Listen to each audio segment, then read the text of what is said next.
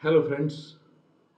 I'm back again, and I'll discuss about what should be the strategy for the test that's starting tomorrow, and what should be the strategy for the series, so that we can seal our spot in the WTC final.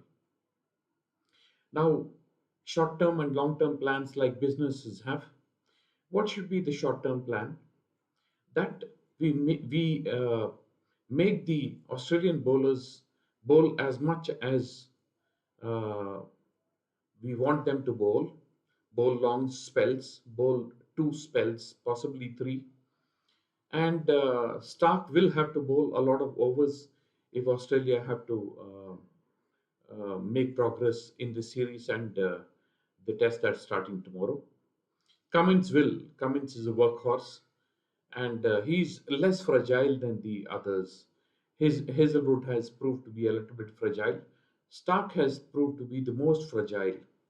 So it's important for a couple of the Indians to play long innings.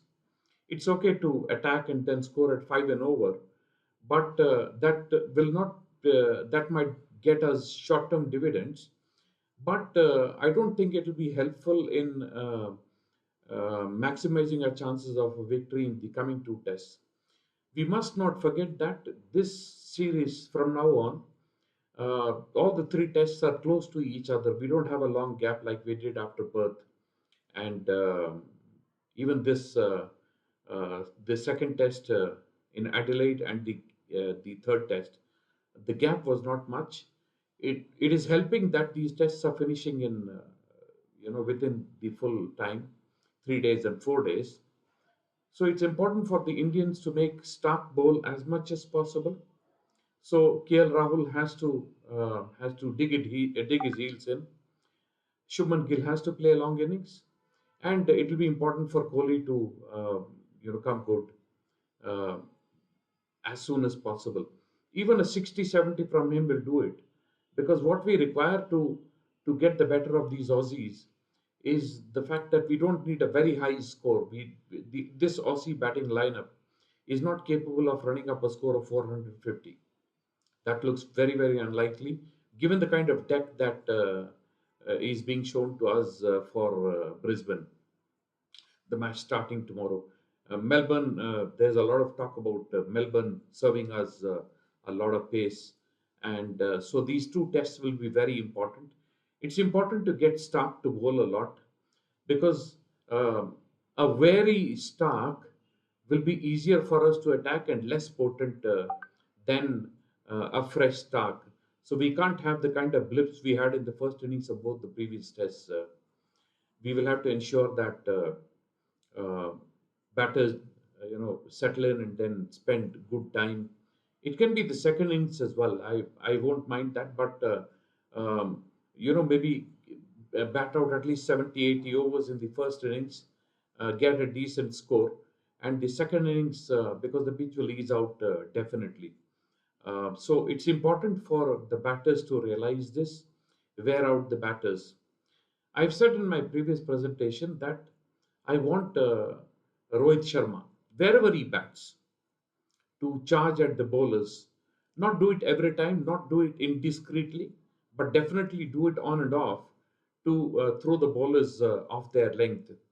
And it's not looking very clear whether Rohit Sharma wants to open or he wants to come six down. I think six down he'll be wasted. Uh, that's not good for Rohit Sharma. I do not mind him coming one down, even if an early wicket falls, and going at the bowlers, because a quick 40 and 50 will get him back into the groove. And that has been Rohit Sharma's strength, the way he batted in the T20 and the One Day World Cup shows that he's a notch above any other batter in the world even now. Just that he's playing a bit apologetically, if I can use that term. He should be attacking, and that's his game. That is his game now, and you should do what you are very good at. Rohit Sharma should go at the bowlers. Yashasvi Jaiswal should charge at the bowlers. I think that dismissal, the first ball dismissal against Mitchell Stark, if he had jumped out of the crease, Um, I mean, for all practical purposes, because the ball was full, he may have been yorked as well. But when you jump down the crease, you can at least play the ball on the full, even if it's a low full toss. And the chances of the LBW almost get negated. So, a lot of benefits. The risk is if the ball is shorter, then you might get into trouble. But that's the risk that is. But even if the ball is short and you jump out of the crease, I think it's easier to possibly leave the ball or wear it on your body. You if you can't do that much for the country, then there is then there's no point being over there. Cheteshwar Pujara did a lot of that. Sometimes the others can do it as well. So all set for the test match tomorrow, and it looks good for the Indians. The Indians should believe in themselves, get a good first innings in, and I, for one, felt Rohit Sharma should have chosen to bowl after winning the toss at Adelaide. That would have given him an advantage. You have a fragile Aussie batting lineup um, coming up against us when the pitch has early juice. Get those 3 wickets, 2, 3 wickets in, and I think even Travis Head will be under pressure. And Travis Head won't be scoring those kind of runs every day. We know that.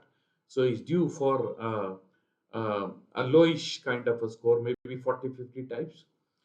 My prediction for this match is that Travis Head will make a small contribution. Steve Smith will make some kind of a contribution. Labuschagne will struggle again. McSweeney can't have it good 2 innings in succession. He's had 2 good innings. I think he's due for a failure now. If they fail in the first innings in getting a high score, the Aussies will struggle, and that's what the Indians want. So, just to recap, the important strategy for the Indian batters, where the Aussie bowlers down. KL Rahul definitely will be the prime contender for that kind of an assignment. Shubman Gill is capable of shifting gears up and down. He's also capable of wearing the batters down. And Yashasvi Jaiswal, if he plays a long innings, it's important for him to play a long innings. The first innings, I don't mind he doing it in the second innings, but in the first innings, a decent score and a very high score in the second innings will be great for us. The Indian team looks more likely to be able to win this test match. And I, like all of you, am looking forward to what will happen tomorrow. I think uh, the way the pitch appears now, I mean, it's possible that the grass might be shaven off, before the match starts. But even then, it looks like a Pacers assisted pitch. I'd still not take the risk. I'd still go with 3 Pacers. We have Nitish Reddy to back up and then get back Washington Sundaram. These are the only changes that I'd make. I don't mind Rohit Sharma coming 1 down or 2 down, but the other small thing that I'd like to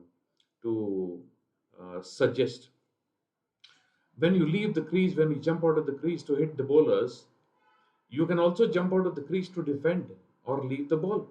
So, whatever is done, I think effort should be made to throw the bowlers off their lengths, and that will work in our favor. That's not a strategy that must be applied against Cummins because he bowls that 3/4 length and gets a lot of bounce. But definitely against Hazelwood and Stark, this is a strategy that will work. Once you put pressure on these three, Leon will be under pressure as well, and that we can capitalize on. We have the batters against spin. So, very interesting to see what will happen tomorrow. But I think the Indians will make a good beginning, whether they bowl first or bat first. So, do join me for another presentation on some insights that might be helpful for the Indians to win and make it to the WTC final. Thank you for your time. Keep supporting, keep encouraging, and keep patronizing me in all ways that you feel I deserve to be. Thank you so much for your time.